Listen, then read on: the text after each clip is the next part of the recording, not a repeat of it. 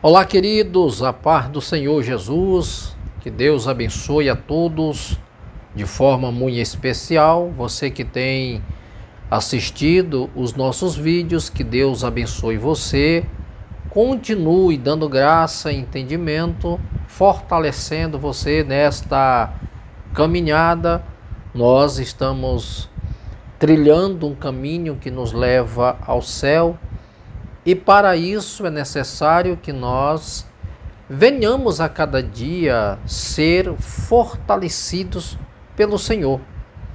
Mais do que nunca nos dias atuais, há essa necessidade, essa urgência de um fortalecimento em Deus, de uma busca, de um preparo, de estarmos firmando as nossas bases, nesse alicerce que é Cristo. E estas coisas, elas são necessárias para que nós venhamos trilhar esse caminho chamado pela Bíblia caminho da perfeição. Mas para que nós possamos alcançar o propósito de Deus, é necessário nós buscarmos na palavra de Deus orientações para que venhamos ser conduzidos e fortalecidos. É tão importante que o próprio Deus, ele traz palavra de motivação, de ânimo, de esperança para o seu povo.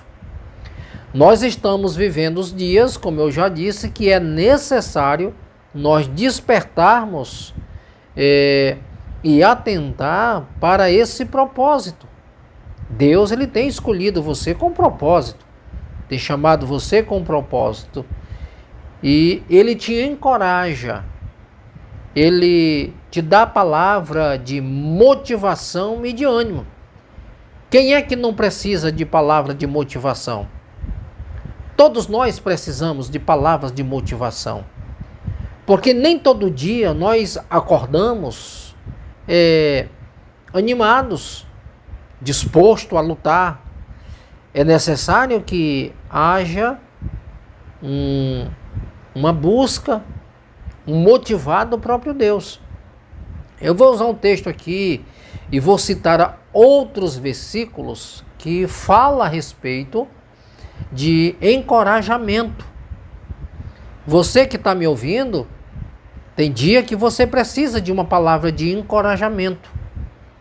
Não é que você seja uma pessoa sempre medrosa, mas às vezes é necessário fortalecermos as nossas bases, os nossos alicerces. Observe o que diz em Josué capítulo 1, versículo de número 9. O Senhor diz assim a Josué: não fui eu que te ordenei a você? Seja forte e corajoso, não se apavore, nem desanime, pois o Senhor, o seu Deus, estará com você por onde você andar. Josué já tinha passado aqui 40 dias de pranto, de luto, pelo seu líder Moisés. Moisés foi uma das maiores referências, ou por que não dizer, a maior referência para aquele povo desde a saída do Egito. Era um homem que falava com Deus face a face. Era um homem que, quando o povo estava passando por problemas, eles corriam a Moisés. E Moisés clamava a Deus e Deus assim trazia solução. E aqui o próprio Deus anuncia nos versículos 1 desse capítulo, como também no final do livro de Deuteronômio, dizendo que Moisés, o meu servo, é morto. Então agora ele está trazendo uma palavra de motivação a Josué para que ele saia do luto que o fim do propósito de Deus não tinha se findado na morte de Moisés. Moisés conduziu o povo até aquele momento. Mas agora, passando-se o luto, era necessário que eles agora viessem caminhar, marchar, porque a terra estava à sua espera para ser conquistada. Então o Senhor, quando ele traz essa palavra para Josué, é porque no versículo 8, ele já tem também trazido palavra de motivação. E quando chega no versículo 9, Deus já está dando uma ordem imperativa. É como se Deus estivesse reforçando o que ele falou nos versículos anteriores. Então o Senhor recomenda a Josué aqui, dizendo: não fui eu que te mandei, não fui eu que te ordenei, porque antes ele diz para ele, traz recomendações, para ele não apartar do livro da lei, para ele meditar nele dia e noite, para que ele fosse forte e corajoso. Então agora o Senhor está dizendo assim: olha Josué, foi eu que te mandei. O Senhor está dizendo assim: Josué, tu viu o que eu sou capaz de fazer. Você viu os meus feitos.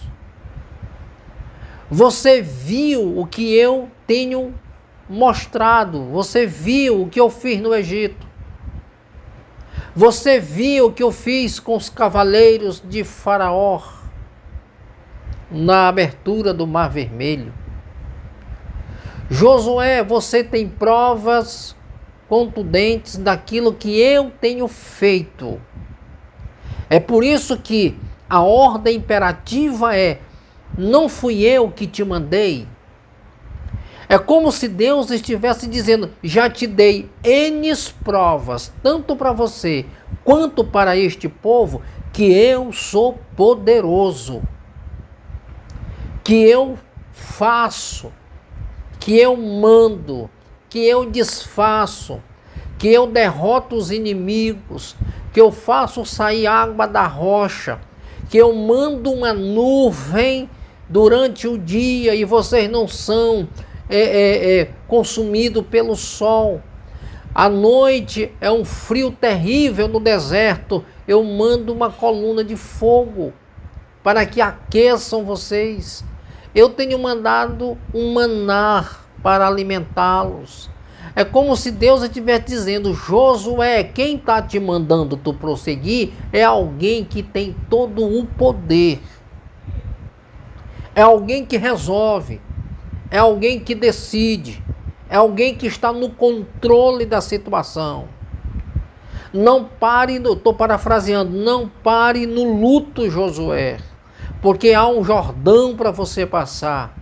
Há umas muralhas de Jericó que vão cair. Há uma terra que precisa ser conquistada, mas para isso eu preciso de pessoas motivadas e corajosas.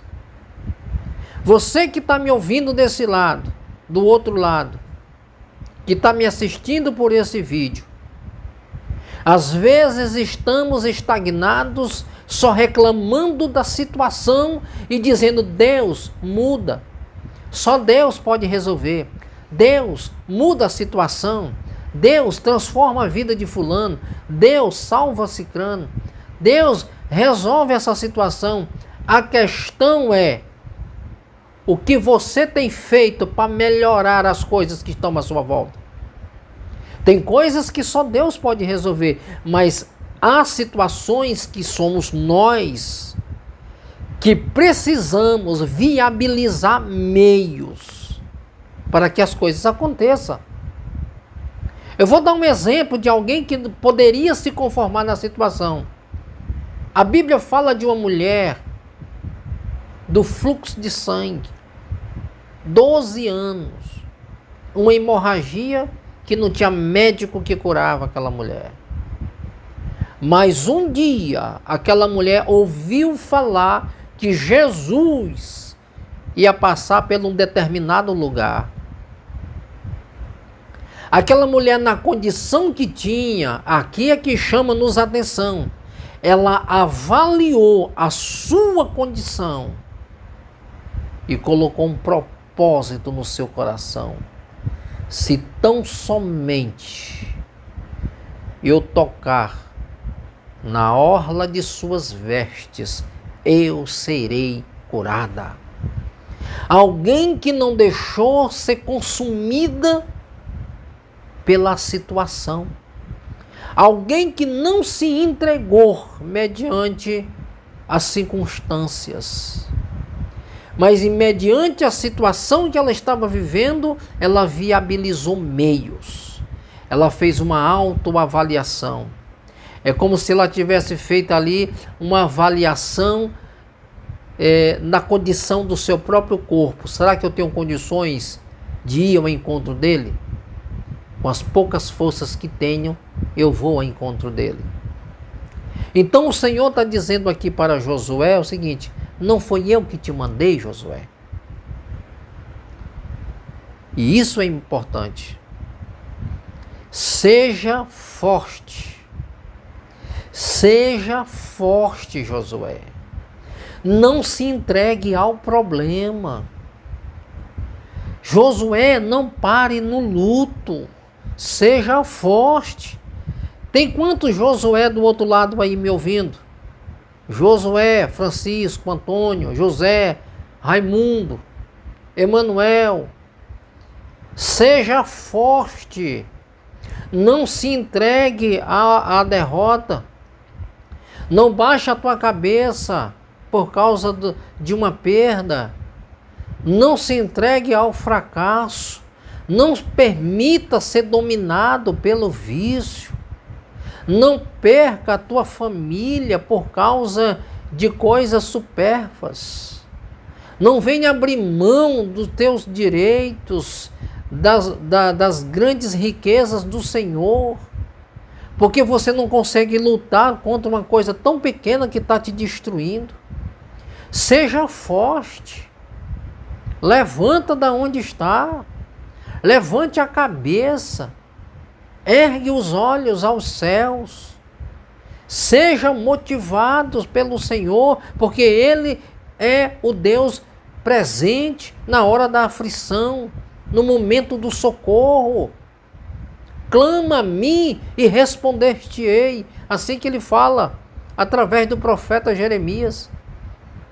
Clama a mim e responder-te-ei e anunciar-te-ei coisas grandes e ocultas que tu não sabes. Qual é o propósito aqui? Clamar. E aqui ele está dizendo: seja forte. Não se entregue. Não baixe a cabeça. Não se dê por vencido. Batalhe. Ser forte e corajoso. Seja corajoso para tomar decisões que podem mudar a tua vida. Seja corajoso para romper com coisas que estão te destruindo. Seja corajoso e se posicione. E diga: a partir de hoje serei diferente. A partir de hoje eu serei uma nova pessoa. A partir de hoje a minha vida glorificará ao Senhor. Seja corajoso para romper com aquilo que está te corrompendo. Porque há um ditado popular que diz que quem não rompe, se corrompe.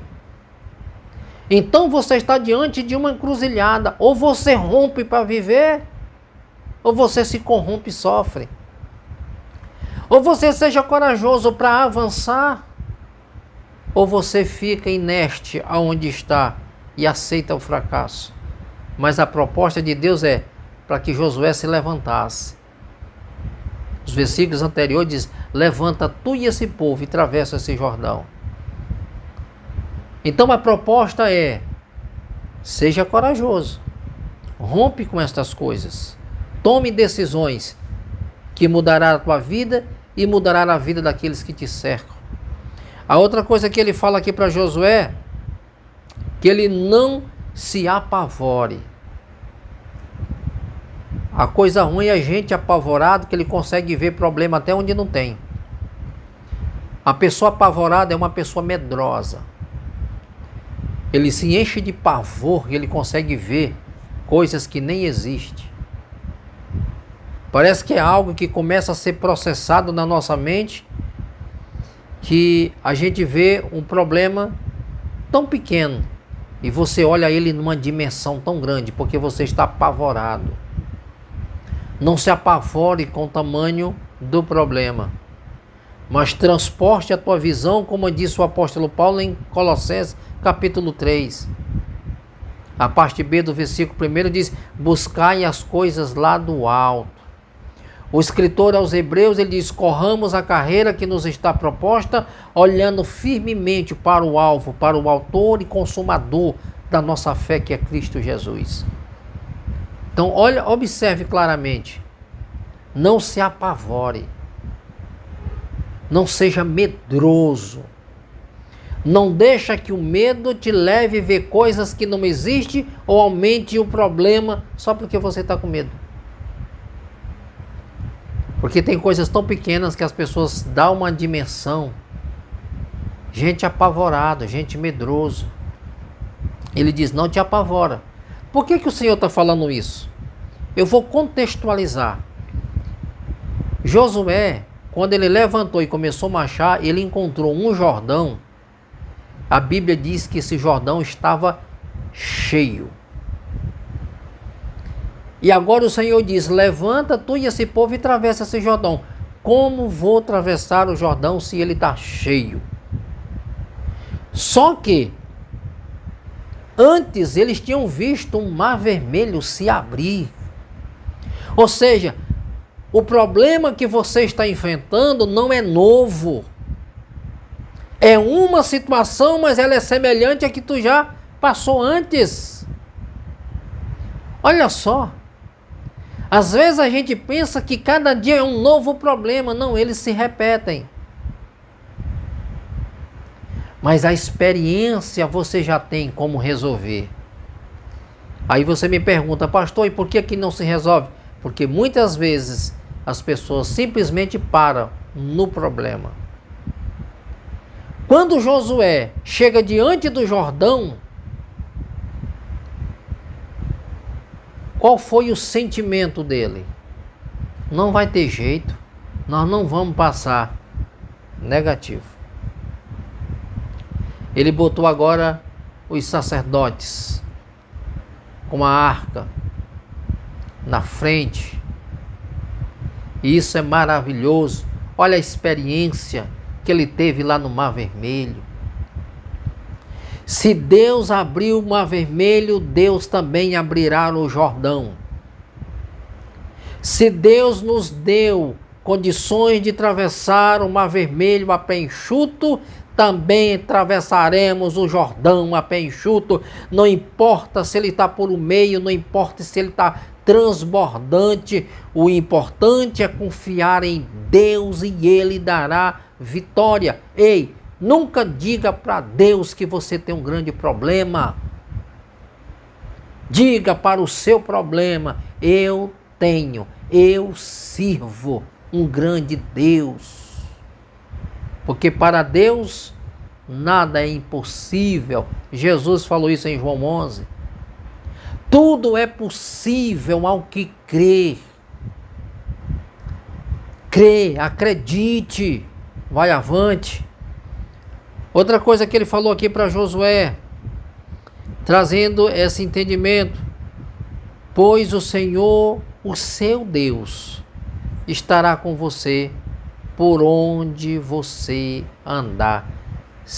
Olha só, certeza, confiança, segurança. Deus promove paz, Deus promove certeza. Pois o Senhor teu Deus estará contigo por onde quer que você andares. Por onde você andar, Deus estará com você. Você não estará sozinho. O Senhor estará com você. Olha o que o Senhor fala Em 2 Crônicas, eu falei que eu ia citar alguns versículos. Capítulo 28, verso 20.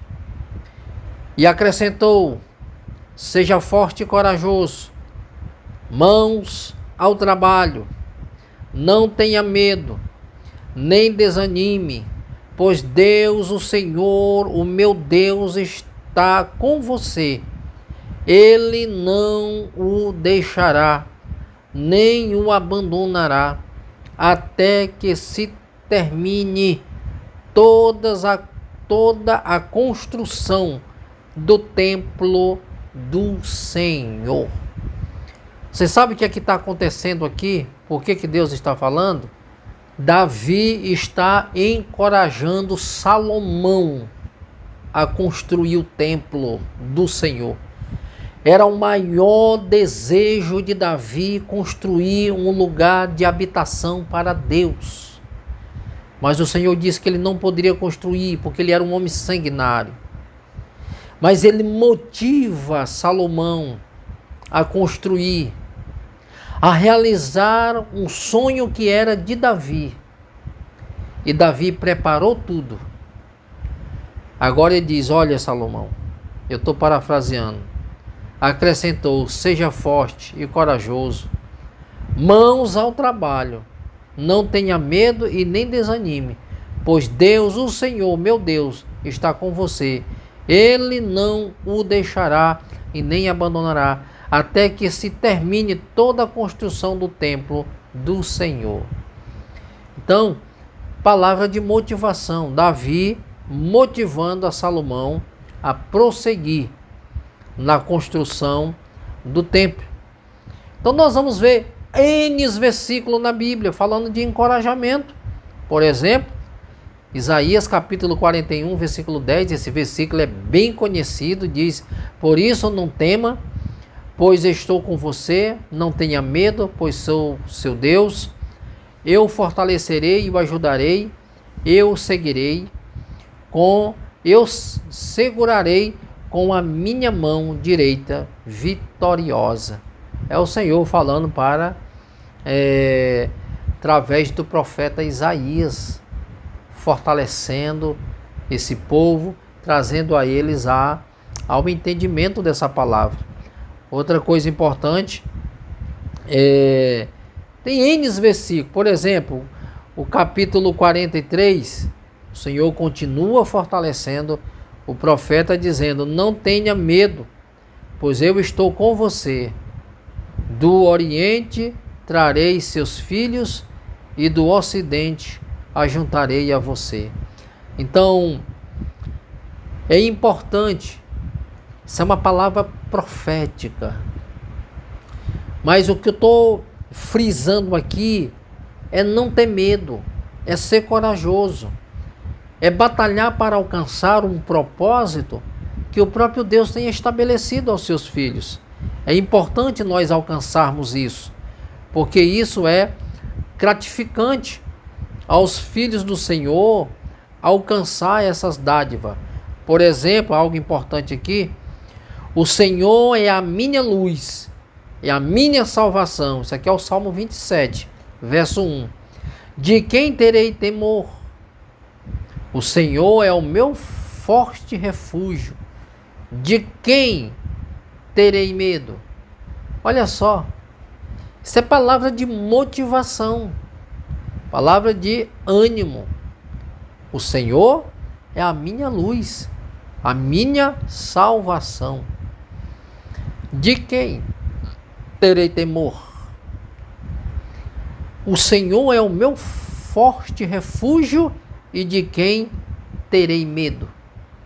Isso é importante, porque o salmista está fazendo declarações ao Senhor em forma de cântico, porque o Senhor é a luz do salmista, o Senhor é a salvação. Quando nós temos esse entendimento, nós vamos desfrutar de coisas grandiosas e maravilhosas na nossa vida, porque o Senhor, Ele tem fortalecido os seus filhos. Jesus, Ele também fortaleceu os seus discípulos. Por exemplo, Em Mateus capítulo 10, versículo 28, o Senhor diz assim: não tenha medo dos que matam o corpo, mas não tem poder para matar a alma. Antes, tenha medo daquele que pode destruir tanto a alma como o corpo. Como a alma, ele fala destruir tanto a alma como o corpo. Então, a gente percebe claramente que aqui já é uma palavra de motivação para que eles estejam evangelizando, buscando, mas não deixa de trilhar um caminho. E o Senhor diz: olha, não tenha medo daqueles que só têm poder de matar o corpo. Mas o Senhor, ele faz uma recomendação. A quem nós devemos ter medo? A quem nós devemos temer? Ele diz: temei, pois, a Deus. Porque além dele matar o corpo, Deus, ele tem poder de lançar a alma desse homem no inferno. Então esse é o cuidado que tem muita gente que brinca com Deus. E a Bíblia diz que com Deus não se brinca e de Deus não se zomba. Então aqui está um princípio muito importante. Não tenha medo dos que matam o corpo, mas não podem matar a alma. Antes tenha medo daquele que pode destruir tanto a alma como o corpo no inferno. Porque os homens, no longo da história da igreja, eles enfrentaram com muita seriedade o propósito de Deus. E por este propósito, muitos deles morreram. Mas eles mataram o corpo, a alma deles. Eles não puderam fazer nada. Então, queridos, o propósito de Deus é esse, que nós venhamos estar a cada dia aptos a compreender o propósito de Deus, para que nós venhamos ter uma vida de abundância, alcançar o propósito de Deus e não permitirmos sermos derrotados na nossa mente, sermos pessoas que não têm nenhuma visão de propósito de futuro, mas que nós venhamos seguir o exemplo de Josué. Levantou e conquistou Jericó, conquistou os demais povos, vencendo N batalhas, conquistando a terra. E o mais importante que eu aprendo no livro de Josué e os personagens que com ele estavam, inclusive um deles chamado Caleb. Moisés fez uma promessa, que ele ia herdar uma porção da terra. Em em Josué capítulo 14, nós vemos ali ele reivindicando o seu direito, porque Moisés tinha prometido, Josué reforçou. Quando você chega no capítulo 19, ele está repartindo as terras. Caleb, ele reivindica aquilo que é lhes de direito. Mas quem era Caleb? Caleb, segundo a Bíblia, era um homem de fé, íntegro e que não se envolveu nas rebeliões contra os seus líderes, mas ele perseverou. E ele faz a sua reivindicação e ele diz: olha, estou com 85 anos, tinha 40 quando se fez a promessa, ou seja, tinha 45 quando foi feita a promessa. 40 anos depois, ele diz: eu estou com o mesmo vigor de que quando me fizeram a promessa. Então, quem anda com propósito, ele não vai se esvanecer no caminho. Quem anda com propósito não se envolve em confusões alheias, mas ele anda por fé, acreditando que Deus, no tempo certo, dará a ele a recompensa que lhe foi prometida, e ele vai receber e vai desfrutar da sua bênção, gozar das suas bênçãos, mesmo na velhice, mas com esperança, com confiança e com vigor, porque aqueles que confiam em Deus, Deus renova as suas forças. Isso é grandioso. Então, queridos, que Deus abençoe você, Deus lhe dê muita graça, se inscreva nesse canal, faça o seu comentário, compartilhe com um amigo esta reflexão, porque Deus, Ele está conosco e Ele não quer que você desista. Então, persevere, que o Senhor está no controle de todas as coisas.